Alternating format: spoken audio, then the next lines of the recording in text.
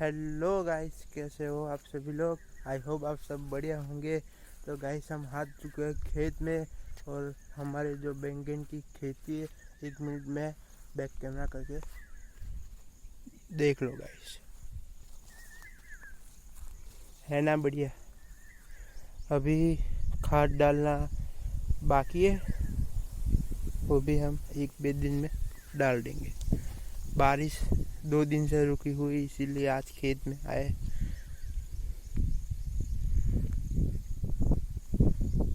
हमारे जो ट्रैक्टर वाला वीडियो में आपने बहुत प्यार दिखाया गाइस, धन्यवाद।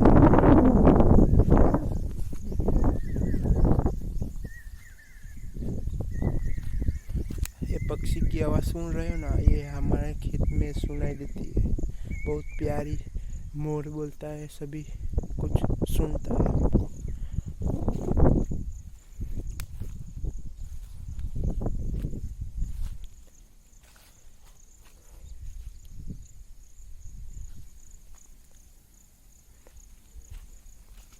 बैंगन और ये तुअल का चास।